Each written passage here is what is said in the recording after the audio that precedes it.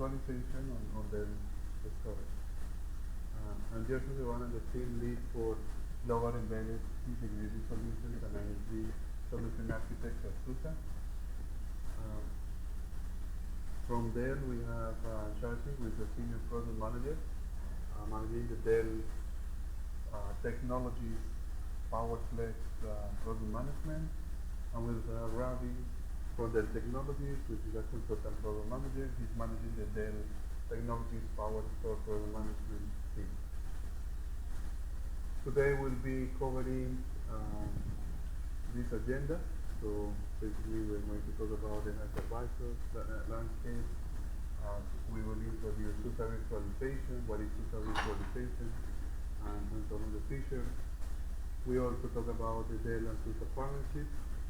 And we will do a quick overview of each of the Dell storages that we are going to be integrated with SUSE Virtualization, which are in this order: PowerStore, PowerFlex, PowerMax. And once that is done, we'll do a demo, and at the end we'll do some Q&A.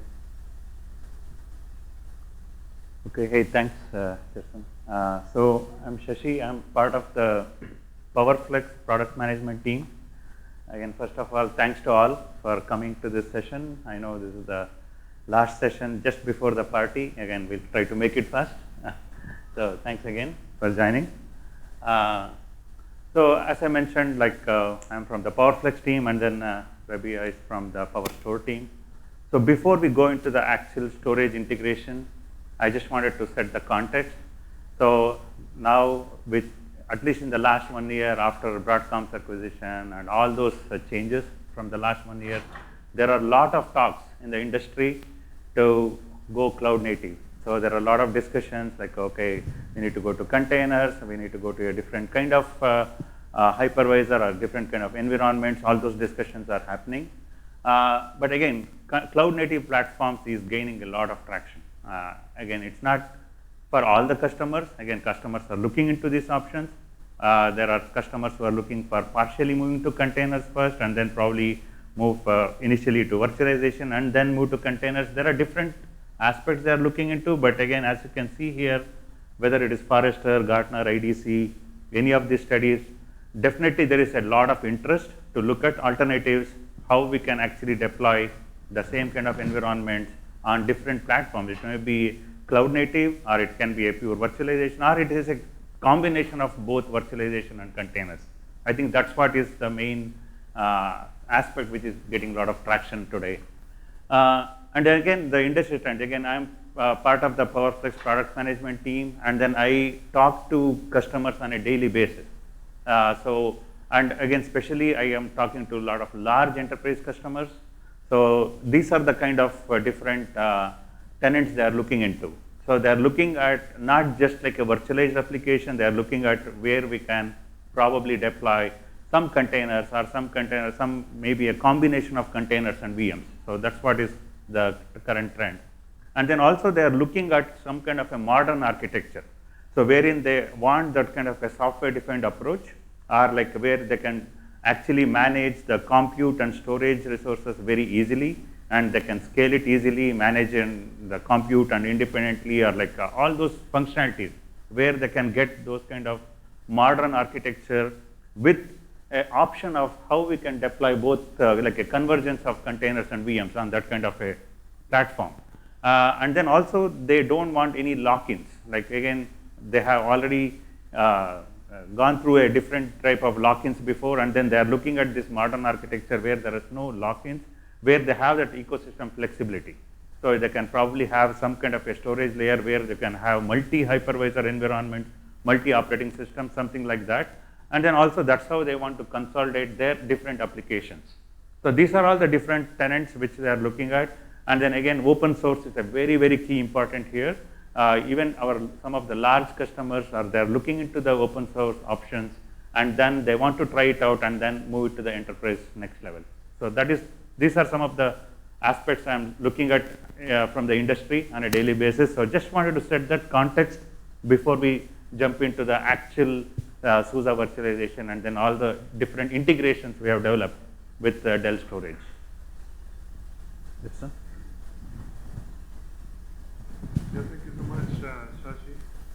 So we would like to introduce SUSE Virtualization. SUSE Virtualization is based on a harvester project. So it is available, it's an open source. We have support. Basically, we use SUSE Virtualization. It can be a single node, it can be 2 node class widgets, it can also be a 3 node, 5 node, 7 node, depending on the business requirements. Customers can run the VMs and containers in Harvester.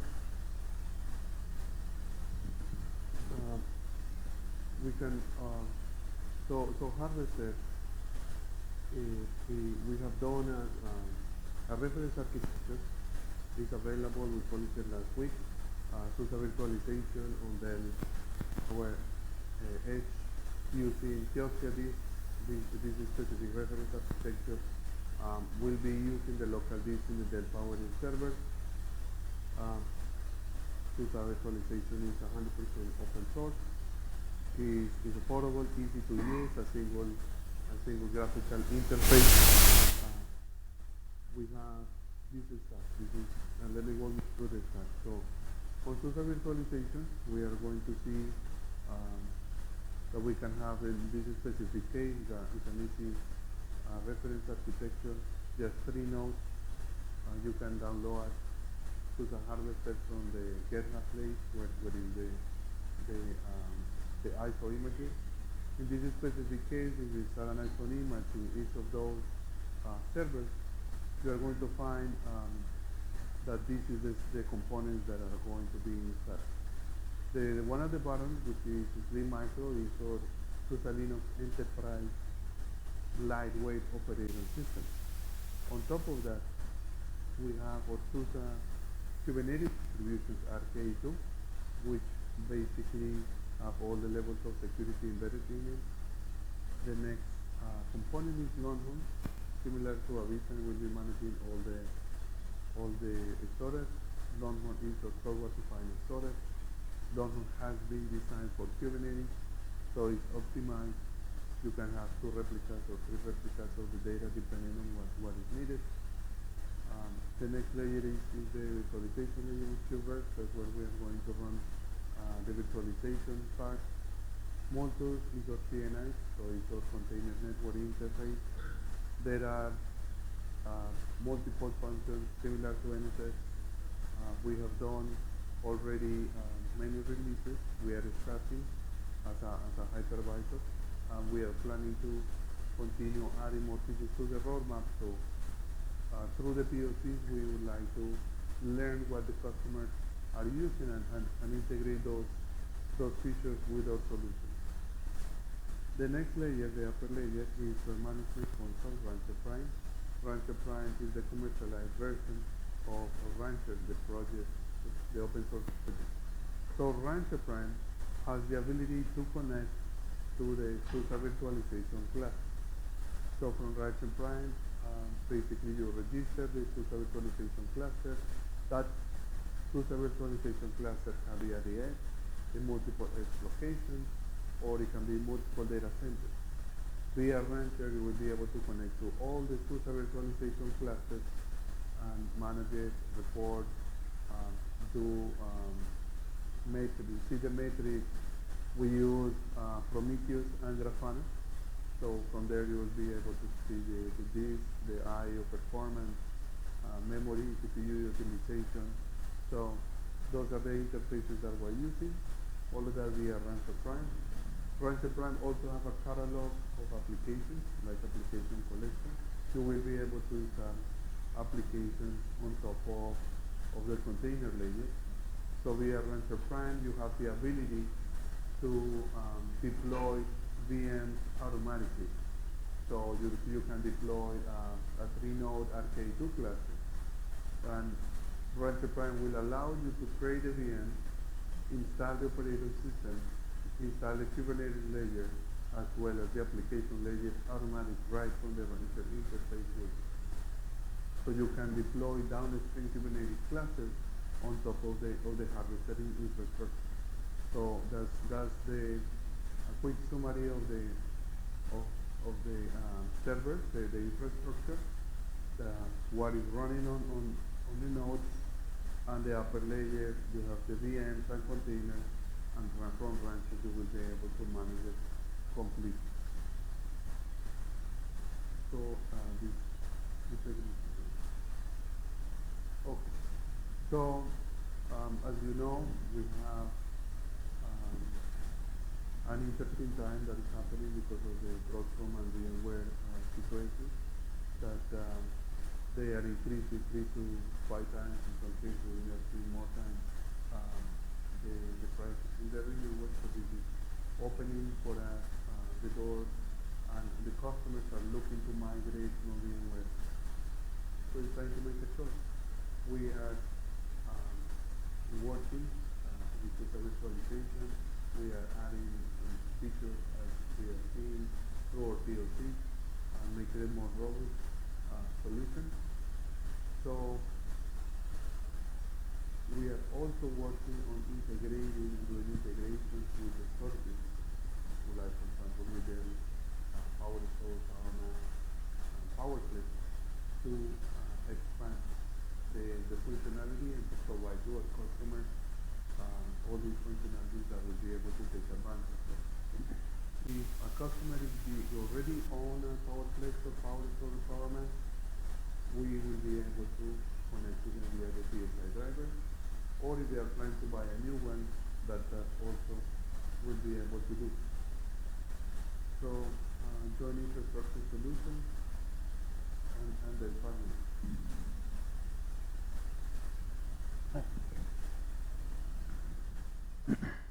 So again, this is about the partnership. So again, SUSE and Dell have been partners for more than 20 years now. Again, thanks to SUSE, we have been working together specifically on this integration with multiple storage products, and then also a lot of validated design and reference architecture, all these solutions together. So again, some of the key integrations with respect to SUSE Virtualization we are going to highlight today. Again, this is just wanted to update that, okay, we have been working with multiple products. And then what we are going to cover briefly in today's session is the SUSE Virtualization integration with these 3 major storage products. So we have PowerStore, PowerFlex, PowerMax, and then also we also have one more product called PowerScale. Again, these are all for different use cases. So PowerFlex is our predominant block software-defined storage product, and PowerMax is our 3-tiered SAN storage product for mission-critical applications again, and PowerStore is one more block, iSCSI, and NVMe TCP. We support multiple protocols, but again, these are the different core storage products, and then we have developed integration along with the SUSE to make sure that you get like very seamless experience when you actually have your harvester or the SUSE virtualization layer integrated with these storage products. So we'll go into the details about like different products like PowerStore, PowerMax, and PowerFlex, but I think I'll pass it on to Rabia now for PowerStore. Thanks, Shashi. So yeah, just to kind of cover the different products and go into like what are the similarities and differences, right? So PowerStore is, you can kind of consider it as you know, the storage platform that we lead with from a go-to-market perspective. And the reason why we're leading with PowerStore now is because it actually covers a very important part of the market, which is the entry to mid-range. And that also kind of scales up to the higher end, but mostly plays in the entry to mid-range market, which is the bulk of the storage market today. And some of the key, I guess, characteristics of PowerStore are that it's unified. So what does that mean? It supports both block and file. And I can say that there are plans to add support for object. So we want to make it a truly unified storage platform. It's efficient. What does that mean? 5-to-1 DRR, right? So for every gigabyte of physical capacity that's taken up on the drive, it's actually using about 1/5 of the logical space, right? Using the dedupe and compression engines. And lastly, it's simple. So it's self-installable. It's all in a 2U form factor, right? So it's edge-friendly, right, for those use cases. And to dive in a little more on some of the core features and capabilities, it's high performance, right? It's all NVMe, all flash-based based enclosure. And like I said, the 5-to-1 DRR. And it's scale up and scale out, meaning that you can start with a 2U base enclosure, but if you want to add additional capacity, you can do that by adding additional drives or expansion drives, right? And then also if you want to add additional compute capacity, compute power, you can do that by clustering multiple PowerStore appliances together, right? And also, when we talk about enterprise features, right, what enables high availability, the ability to configure async, synchronous, or metro replication across distances, especially when you're talking about EMEA, right? That's a P0 requirement for a lot of customers. So PowerStore enables you to do that. From a security perspective, and this doesn't just apply to Dell, right? All of our platforms, we seek to, deeply integrate secure functionality and features into the infrastructure. We have hardware security, meaning supply chain security, right? Via like secure component verification to ensure that if you're buying from Dell, you're getting a system from a Dell manufacturing site, and there's no third parties in the middle trying to compromise that system. You have data at rest encryption from the drive level to the FIPS modules. We have authentication support, so multi-factor authentication, whether secure ID, eventually planning to add additional support for things like Okta and Microsoft Secure Authenticator. Data immutability, so mostly immutable and or secure snapshots, right? So protecting your snapshots from a bad actor being able to delete them within a specified time period. And lastly, intelligent threat detection. So not only PowerStore, but the rest of our storage portfolio integrated to what used to be called Cloud IQ, now is Apex AIOps Observability. It's Dell's software as a service platform that allows you to get a view of your entire Dell infrastructure. And that intelligent threat detection, if you're connecting that PowerStore to the Apex AIOps engine, you'll be able to get proactive alerts using AI and ML engines that are built into the system. And yeah, I'm not going to go in too much detail because Gerson already covered it in his slide, but this is a view of your SUSE Virtualization in compute cluster environment connecting to PowerStore as the primary storage backend. And that's enabled by the CSI plugin. So that's the industry standard, open source standard that Dell is taking to enable that secure communication back and forth from SUSE Virtualization to our storage platforms, including PowerStore, right? So specifically what that means is that it's allowing the API connection, that API translation, so that when you want to run certain storage operations, you don't have to be going back and forth from the SUSE interface to PowerStore, right? You can actually manage all of that, including your external PowerStore from Harvester. And also, if we don't already have the support today, we plan on supporting all the industry standard networking protocols. So from the traditional fiber channel and iSCSI to eventually, NVMe TCP, which is a future-facing protocol that we think really combines the best of both for fiber channel and iSCSI. Kind of synonymous with the current transition from VMs to containers. We do see that transition from your older networking protocols to NVMe TCP, which gives you that fiber channel-like performance, but with an IP-based protocol. And especially when we talk about Harvester, and especially with the integration with Rancher for your containers, right? Kubernetes inherently is an IP-based platform, right? Cloud native, we're talking about IP, we're not talking about fiber channel. So that's why there's a lot of emphasis on NVMe TCP moving forward. And lastly, right, especially with a platform like PowerStore that allows you to do block, file, and object. Initially, we're focusing on block with all our platforms because that's where the majority of our customers are, they're leveraging block with their VM workloads. But eventually, especially when we talk about Kubernetes, there's more of a need for file, and then maybe eventually object. We'll plan to add that support. So Shashi, you want to cover PowerFlex quickly? Yeah. So again, as I mentioned, like we have storage products for different use cases. So PowerFlex is software defined, and this is extremely like scalable and also like known for performance. Again, we have a customer here. Thanks. So you can probably let us know more about the kind of scale it can go. Just to give an example, we have a customer in Texas where they have 14,000 nodes in a single data center. So you can go to that kind of scale. Whether you use 3 nodes, 30 nodes, or 300 nodes in a cluster, you get the same kind of performance, same kind of scale without any latency impact. So, and it's software defined, modern architecture. So this is again, we are trying to make sure that we have SUSE integration with all these different storage products, which is actually addressing different kind of markets and use cases. Again, the features, as I mentioned, like performance is like it's a very unique mesh mirror architecture, which is actually enabling it to perform.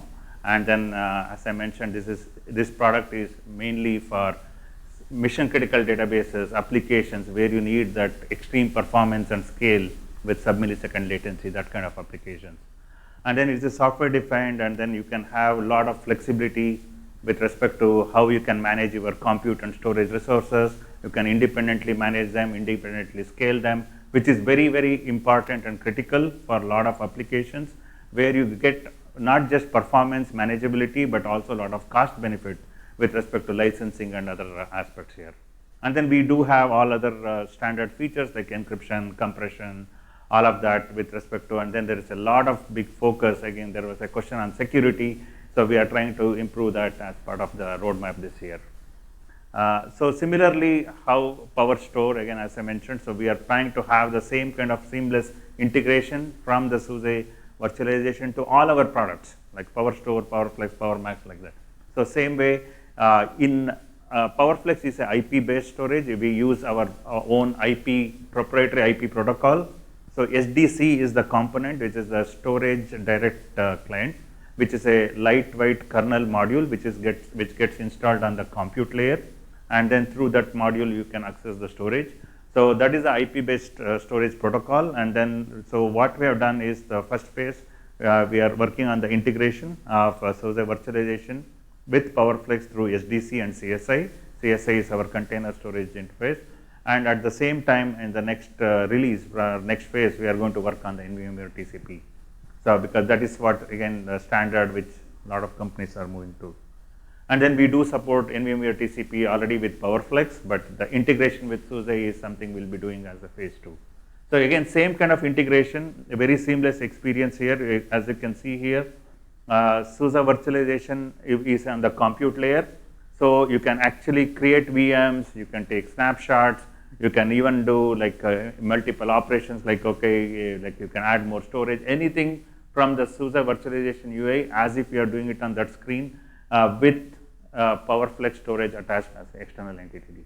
So you are completely seamless experience, and then we are actually you can even try operations like SUSE virtualization supports, like where you can do migration from, say, for example, ESXi to SUSE virtualization with the storage coming from Dell Storage as an external entity.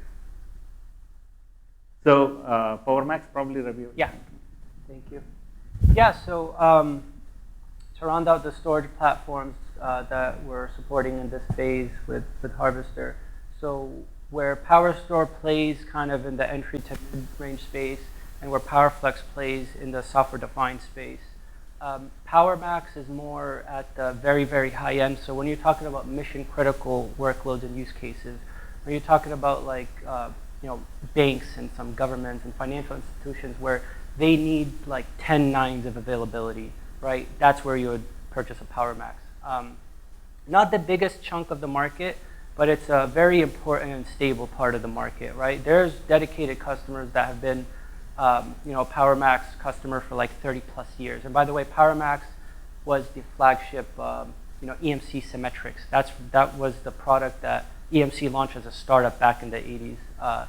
So to show you it's kind of stood the test of time here. But yeah, it's highly secure. Not to say that the rest of our other products are not, but with PowerMax, there's a specific emphasis on security because of the customers that we're looking to cater for, and also the price tag they're paying for, right? we're talking about millions of dollars for a single purchase order, or like 1 or 2 PowerStores, right? So we're talking about huge margins here. It's also highly performant because of the unique architecture that it's based out of.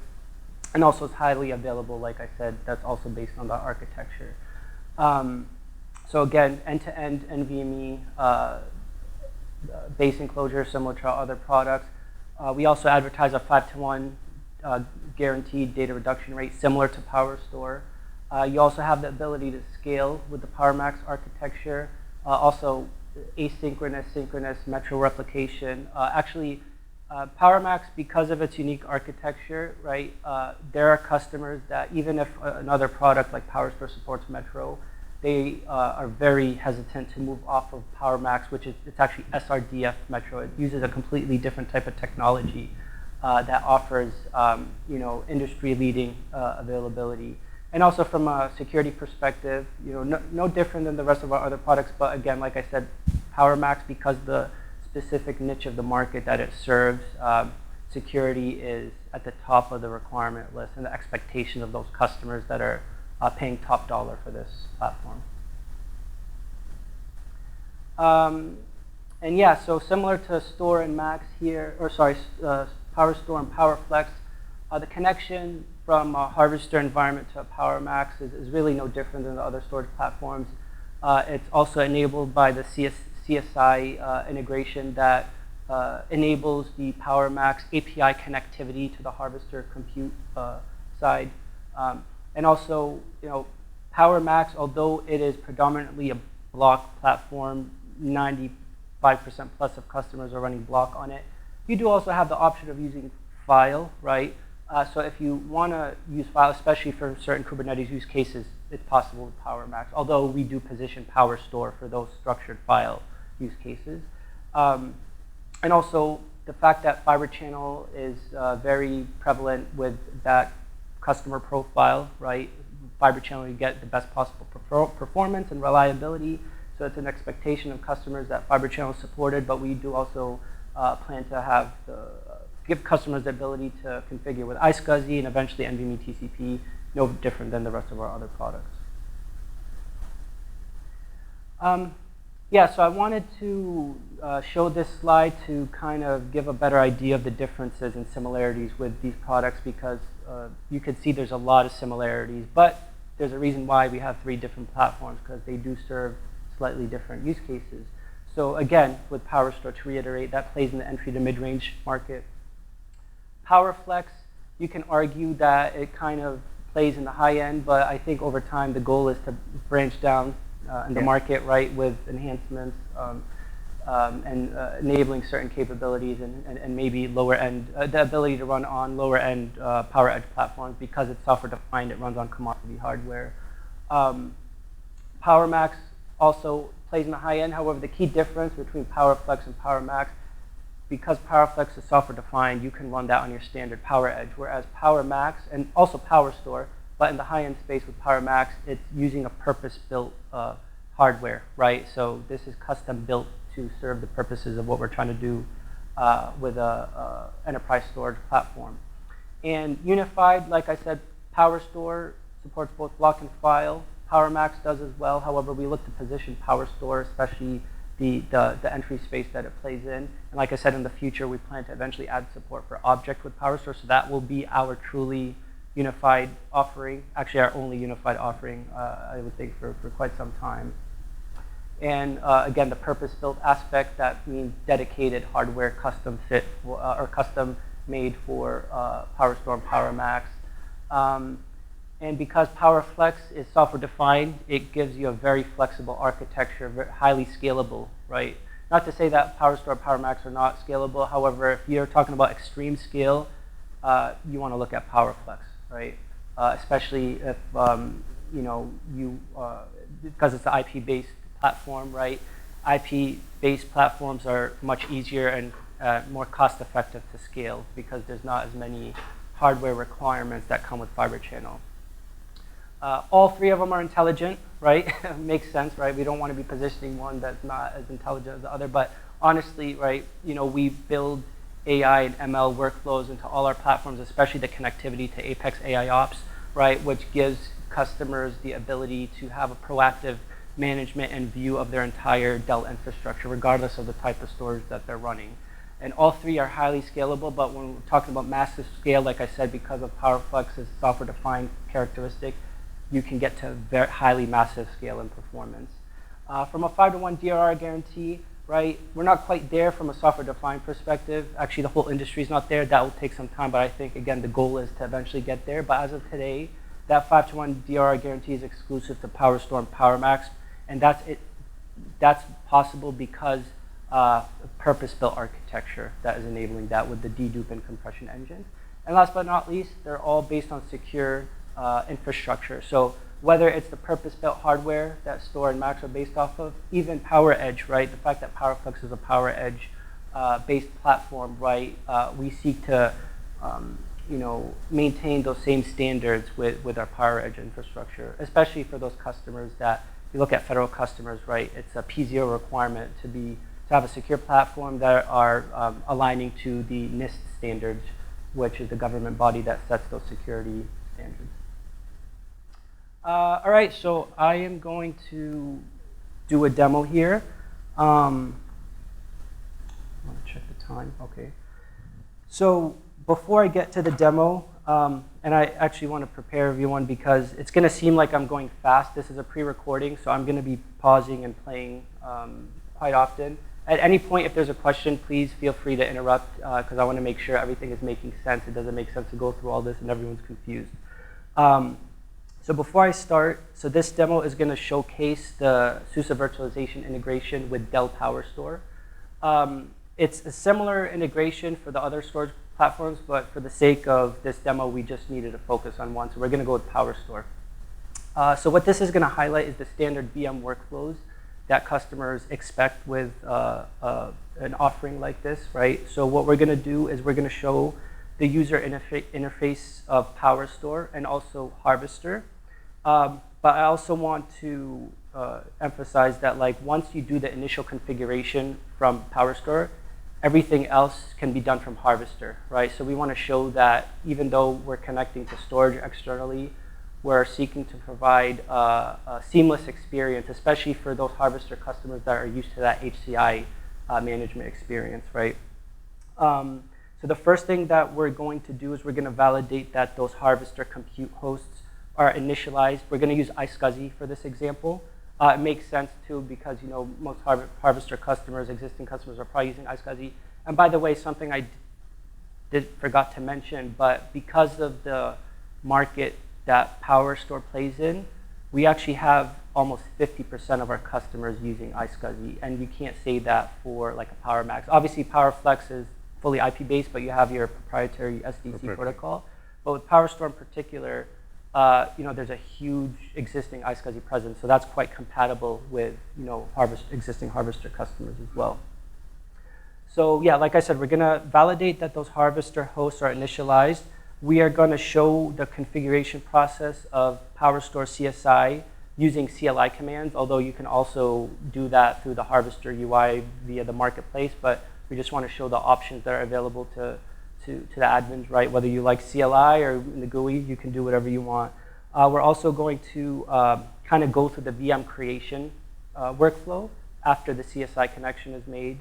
We're also going to simulate some I/O traffic so that you can see the performance metrics outputted both in the PowerStore UI, also Harvester.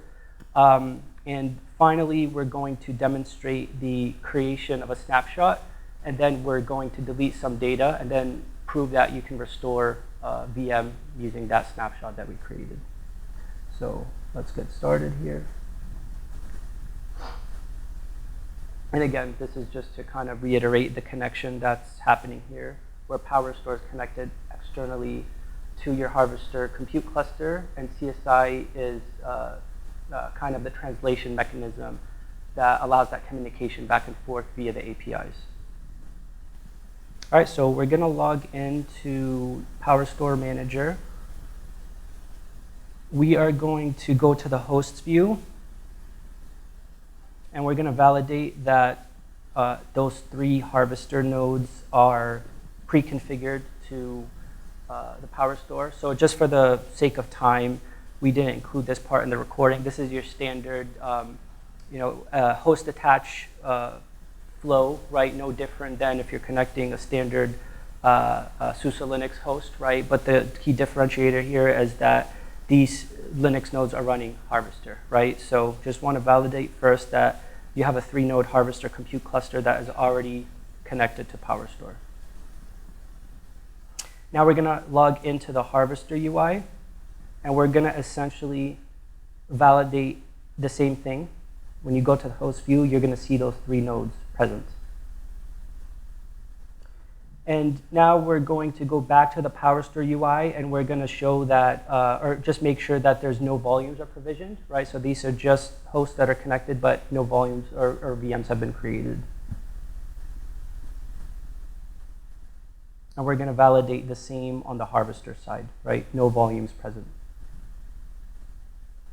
So the first step is to configure CSI. And like I said, you can use either CLI commands, or you can do this all from the Harvester UI. But for the sake of kind of showing the ability to do these operations from both the UI and via CLI, we're going to do the CSI configuration using these commands. So the very first step is to ensure that your YAML file is properly configured. So we're going to make sure that it is calling out the PowerStore endpoint, right? So that IP, the .70 IP, is the PowerStore that we're seeking to connect to serve as primary storage. We're calling out the API REST point, the API REST endpoint. Also, we need to specify the unique ID of the PowerStore array. So in this case, we're going to use the global ID, which I believe is translates to the PowerStore cluster ID that's configured on your PowerStore. And we're also going to specify the authentication details, right? So to be able to allow the CSI connection to communicate securely with PowerStore, you need to be authenticated. And last but not least, we're going to specify the block protocol we want to use, and that's iSCSI for this example. So after ensuring that our YAML file is configured, we're going to run the CSI install command that calls that YAML file and initiates the installation of the drivers. And you can see that the installation steps have all succeeded.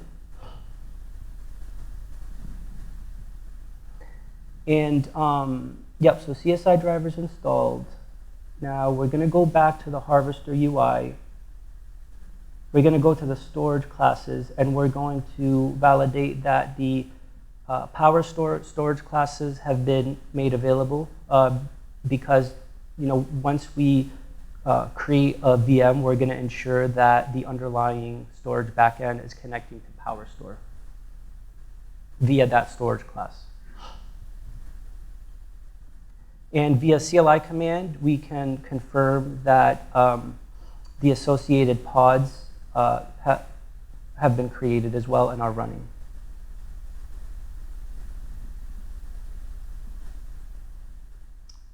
So if we go to the virtual machines view in Harvester, we can see that no VMs exist. So what we're going to do is we're going to initiate the process to create a new VM. So click the create button. We're going to give it a name, right, a unique identifier. We're going to assign the number of cores and the amount of memory we want to allocate to this VM. We're also going to set the default SSH key and also the default OS that's available, which happens to be SLES15 OS.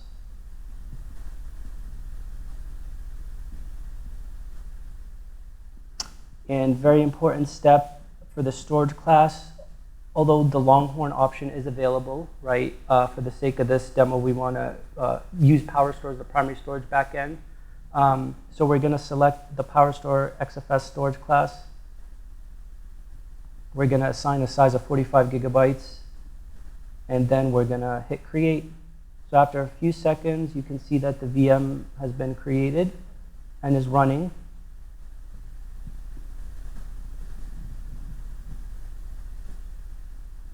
So these are the details, and you can see that we can confirm that the PowerStore storage class is the storage class that was used to create that VM. If we go back to PowerStore, in the volumes view, we can confirm that the volume has automatically been provisioned. So that's the magic of CSI working with Harvester. I can tell you, especially with PowerStore now, if you want to go through this exact workflow with VMware, you have to first create the empty volume on the PowerStore side, go back to vSphere, create your VM, and specify that volume that you had pre-configured.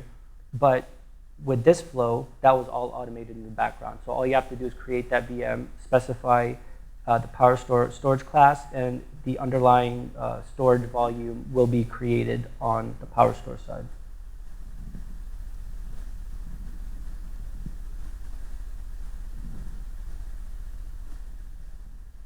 So we can also validate the volume mappings by running a Linux command, right? And we can see the VM and the underlying volume that it's associated with.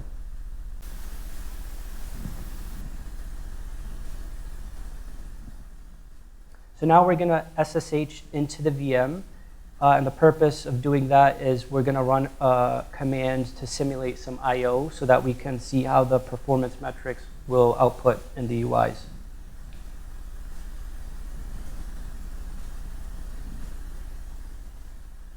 So running a FIO command to run some I/O.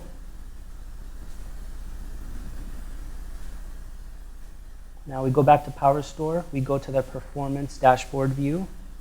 And we can see some performance metrics, so some latency, IOPS, and bandwidth stats based on that simulated I/O we just ran.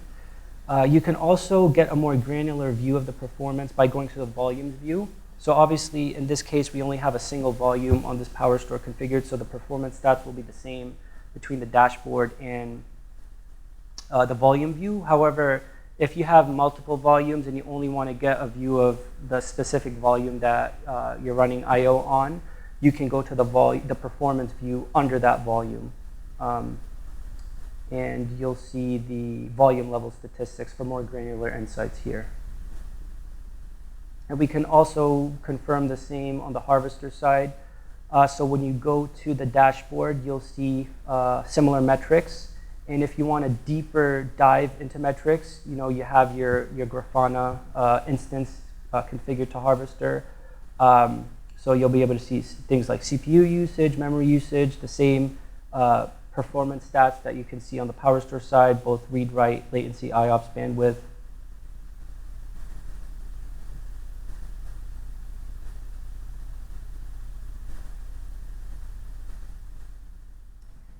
And then final piece of this, right? We want to demo how would it work to run a snapshot, right? So you go back to Harvester, you go to your virtual machine view, and what are we going to do here? So, okay, so first we're going to validate that there is some data, right, in the VM. Right, so we're writing some sample data with a Linux command here after logging in, SSHing into the VM.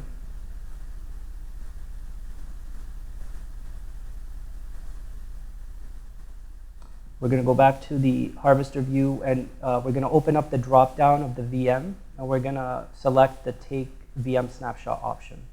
So that's going to initiate the creation of the snapshot. We're going to give it a unique identifier.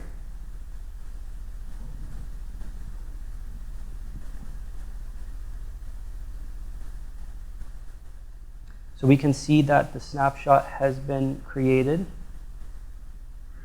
And now we're going to delete the original data on the VM with the purpose of restoring a new VM based on that snapshot to prove that the snapshot worked.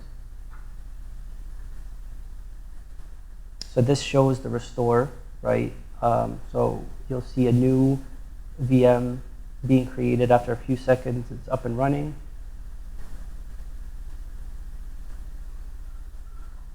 And in the PowerStore view, you can see the new volume is provisioned for the restored VM, restoring that original data that we deleted.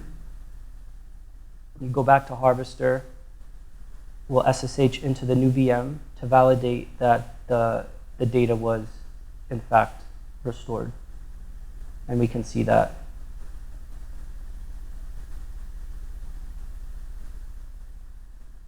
All right, that concludes the demo. Any questions? Like just to add, we were jumping between two windows, like PowerStore and the harvester. That is to show that actually all the operations, like from VM provisioning till doing snapshot, and including monitoring the performance and utilization, all of that can be done through Harvester UI, same experience, and then you don't need to do anything from the storage. Everything is integrated as part of CSI. So this demo, we wanted to show that everything is automated. Yes, yeah, that's a great point, right? So yeah, like in the real world, we want you to be working from Harvester as much as possible, right? And obviously, as Dell PMs, right, you would think that, okay, we want you in the PowerStore or PowerMax or PowerFlex storage element manager, but that is not the reality of what Kubernetes and cloud native infrastructure is supposed to be, right? So we want to try to abstract the underlying hardware as much as possible. If you like to work from the storage element manager, that's always going to be there. But if you would prefer that true Kubernetes type-like experience, you should be able to do that, and that's made possible with the close integration with Harvester and CSI. Yeah. So the question is whether what we are seeing, the performance metrics, is it going to be same on PowerStore and as well as the harvester, right?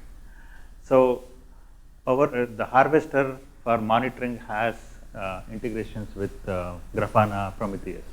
So we are using the same framework to get the PowerStore metrics added to that. So whatever, again, you can customize also what you want to see, but whatever you can see it on PowerStore, you can see it on harvester, and you can even customize because it is the same Prometheus Grafana framework what we are using.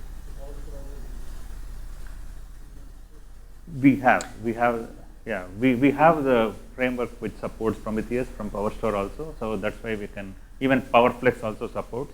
We can take those metrics, the same APIs, and then put it here. So in that way, it's completely tightly integrated. You can even customize. If you want to just see IOPS and latency, all that is completely customizable. So to be very specific, the Grafana metrics are enabled by the CSM observability module, and that is connected to PowerStore. So to answer your question, the data is coming from the same source. So it has to be the same. If it's not outputting the same, it must be a translation error on the UI side, but it's the same data that's being pulled. It's not like you're pulling similar data from different places that could be a little different. No, it's coming from PowerStore. PowerStore is feeding that at the end of the day. So whether that's to the PowerStore UI or eventually to Grafana, it's the same data. And CSM provides a lot of functionality.